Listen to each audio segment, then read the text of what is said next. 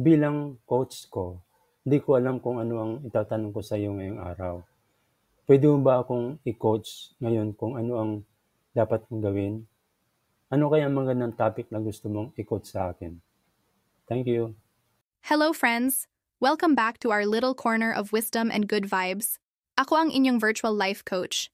And today, wala munang tanong si Edwin. Pero gaya ng isang coach na palaging handa, may ihahain ako sa mesa.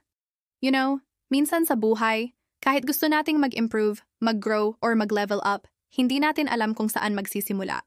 Para kang nakatayo sa gitna ng malaking mapa, pero walang "you are here" sign. So ngayong episode, gusto kong ituro sa'yo ang isang simpleng practice na pwedeng maging compass mo sa anumang araw. Tawagin natin itong the one thing check-in. Ganito lang yan. Sa umaga, bago ka mag-Facebook, magkape o magbukas ng TV, tanungin mo ang sarili mo. Ano ang isang bagay na magpapaproud sa akin mamayang gabi kung magagawa ko ngayon? Pwede itong simpleng bagay, gaya ng mag-ayos ng isang parte ng bahay na matagal mo nang tinatamad galawin, magbasa ng 10 pahina ng libro, maglakad ng 20 minutes, o mag-message sa isang kaibigan na matagal mo nang hindi nakakausap. Bakit importante ito? Kasi imbes na malunod ka sa haba ng to-do list, isa lang ang uunahin mo, pero yung isa na yon, meaningful.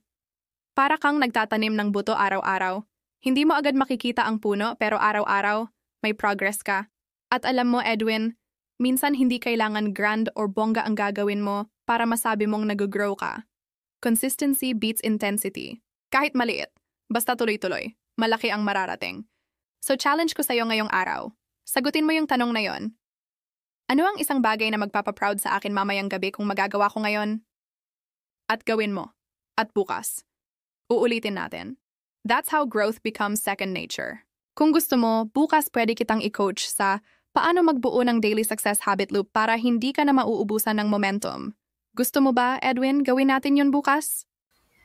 Siyempre gusto ko. O sige, bukas na lang.